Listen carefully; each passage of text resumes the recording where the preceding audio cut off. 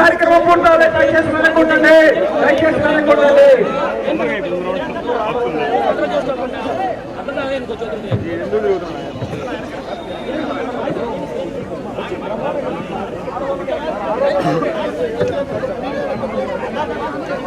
మళ్ళీ ప్లే చేయమ్మా, song play చేయమ్మా మళ్ళీ.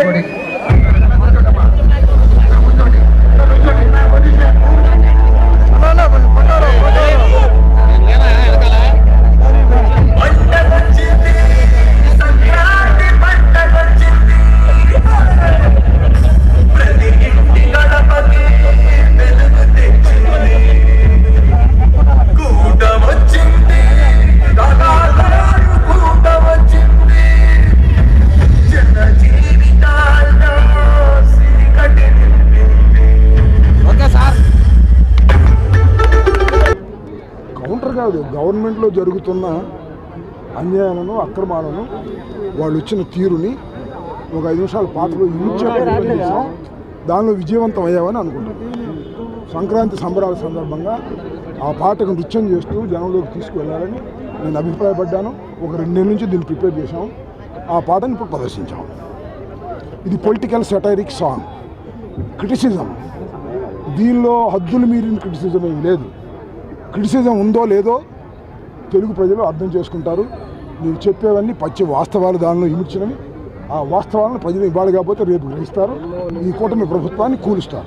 సార్, గత 5 ఏళ్ళు సత్తెనపల్లిలో చేసుకున్నారు సంక్రాంతి సంబరాలు. ఈసారి గుంటూరులో చేశారు. అంటే సత్తెనపల్లి ఏమైనా మిస్ అవుతుంది? సత్తెనపల్లి మిస్ అయినా నేనే సత్తెనపల్లి నుంచి ఇక్కడికి వచ్చేసాను కాబట్టి అక్కడ చేయటం బాగోదు కదా, అందుకని గుంటూరులో చేస్తాను. నేను ఎక్కడ ఉంటే అక్కడ సంక్రాంతి సంబరాలు చేయాలని అనుకున్నాను. ఈసారి గుంటూరులో పోటీ చేస్తాను కాబట్టి ఇక్కడ చేయాలని. This is my constituency at present. జీవోలు ఈ మెడికల్ కాలేజీలు ప్రైవేట్ పరం చేయాలనేటువంటి జీవోలను మేమందరం వాటిని అప్పిరెడ్డి గారు, నేను, వేణుగోపాల్ రెడ్డి గారు, కార్పొరేటర్లు, నిమ్మకాయరాజు గారు అందరం కలిసి ఈ భోగి మంటల్లో దహనం చేశాం. అంటే సంక్రాంతి అనగానే ముఖ్యంగా కూడా అంబటి రాంబాబు గారు గుర్తొస్తూ ఉంటారు. ప్రధానంగా దేనికి అంటే ప్రధానంగా నేను గుర్తు రావడానికి కారణం పవన్ కళ్యాణ్ గారు. నేను సంక్రాంతికి డ్యాన్స్ వేస్తే నన్ను సంబరాల రాంబాబు అన్నాడు. దాంతోపాటు బ్రో అనే సినిమాలో నా క్యారెక్టర్ పెట్టి గేలి చేయడానికి ప్రయత్నం చేశాడు. మొన్నేమో ఆయనే డ్యాన్స్ చేశాడు. నా స్టెప్పులు లేకుండా నాకు తెలియదు. ఆయనకి స్టెప్పులు నేను నేర్పాలా? Is a cinema actor, I'm not an actor. I'm a politician, ఆయన సినిమా యాక్టర్. ఆయన సినిమా యాక్టర్ నా మీద కౌంటర్ చేయటం వల్లనే సంక్రాంతి సంబరాలకు అంత ప్రాముఖ్యత వచ్చింది. సంబరాల రాంబాబుకు కూడా అంత ప్రాముఖ్యత వచ్చింది. నేను సంబరాల రాంబాబు అని పవన్ కళ్యాణ్ గారు అంటే, అవును నేను సంక్రాంతి సంబరాలు చేస్తాను కాబట్టి సంక్రాంతి రాంబాబునే అని చెప్పి నొక్కి ఒక్కాణించాను. ఆయన చెప్పమనని చెప్పలేదు. Is not a politician, is an actor. ఇప్పటికీ యాక్టరే, ఎప్పటికీ పొలిటీషియన్ కాలేడు అతను. ఆయనకి ఆ స్వభావం లేదు. అది నా అభిప్రాయం. ఇప్పుడే కాదు, ఎప్పుడు నా అభిప్రాయం.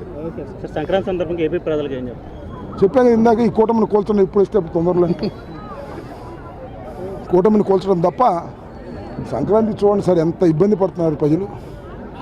వెలుగు వచ్చింది కానీ కూటమి వల్ల సరైన పథకాలు రాక, ఇచ్చిన హామీలు నెరవేర్చక ప్రజలు చాలా ఇబ్బంది పడుతున్నారు. జగన్మోహన్ రెడ్డి గారు ముఖ్యమంత్రిగా ఉన్నప్పుడు ప్రతి నెలకి డబ్బులు వచ్చేవి, వాటితో పండగలాగా చేసుకునేవాళ్ళు. వాళ్ళ సంక్రాంతికి కూడా దిక్కులేని పరిస్థితి ఏర్పడింది. ఇది చాలా దురదృష్టకరం. కనీసం ప్రజలు పండగ చేసుకోవడానికి కూడా డబ్బులు లేవు. పండించిన పంటకు గిట్టుబాటు ధర లేదు. పండించిన పంటకు దేనికి గిట్టుబాటు ధర లేదు. దేనికి ఒక్కదానికి చెప్పనండి, తలంచుతాను నేను. ఒక్కదానికి దేనికి గిట్టుబాటు ధర లేదు. రైతులు నష్టపోతున్నారు, మిల్లర్లు బాగుపడుతున్నారు, దళారులు బాగుపడుతున్నారు. ప్రభుత్వం మాత్రం ముందుకు రాదు. ధాన్యం కొనుగోళ్ళు కానీ, మొక్కజొన్న కానీ, జొన్న కానీ, పెసలు కానీ, మినువులు కానీ, మిర్చి కానీ ఏది లేదు. చాలా దురదృష్టకరమైనటువంటి పరిస్థితులు వాళ్ళ ఆంధ్ర రాష్ట్రంలో ఉన్నాయి. దానికి కూటమి అసమర్థ పరిపాలన తప్ప మరొకటి కాదు. వైసీపీ విమర్శలు చేస్తున్నా సరే మేము మాత్రం అభివృద్ధిలో ముందుకెళ్తూనే ఉంటాం, వాటిని పట్టించుకోండి. ఏం అభివృద్ధి చేస్తుంటే చెప్పమని నాకు. రోడ్లు గుంటలు అమరావతి అభివృద్ధి? ఏది అమరావతి 1,00,000 ఎకరాలు తీసుకున్నారు అభివృద్ధి? అప్పు చేసి అభివృద్ధి? ఇందులో ఎన్ని లక్షల కోట్లు చేశారండి? 3 లక్షల కోట్లు చేశారా? జగన్మోహన్ రెడ్డి గారు ఎంత చేశారండి? 90% 18 నెలల్లో చేశారు. అప్పు అయితేనేమో ఇది శ్రీలంక అయిపోద్ది అన్నారు. ఇప్పుడేమో జగన్మోహన్ రెడ్డి గారు 5 సంవత్సరాల కాలంలో చేసిన అప్పు కేవలం వీళ్ళు 18 మాసాలు చేశారు. ఏమిటి దుర్మార్గం? అప్పుడేమో శ్రీలంక, ఇప్పుడేమో సింగపూర్. ఎవడు చెప్తాడు? అన్ని మాయమాటలు చెప్పి మీడియా అడ్డం పెట్టుకొని మాయమాటలు చెప్పి మా మీద రాతలు రాయించి ప్రజలు నమ్మించాలని చూస్తున్నారు. ప్రజలు నమ్మడానికి సిద్ధంగా లేరు.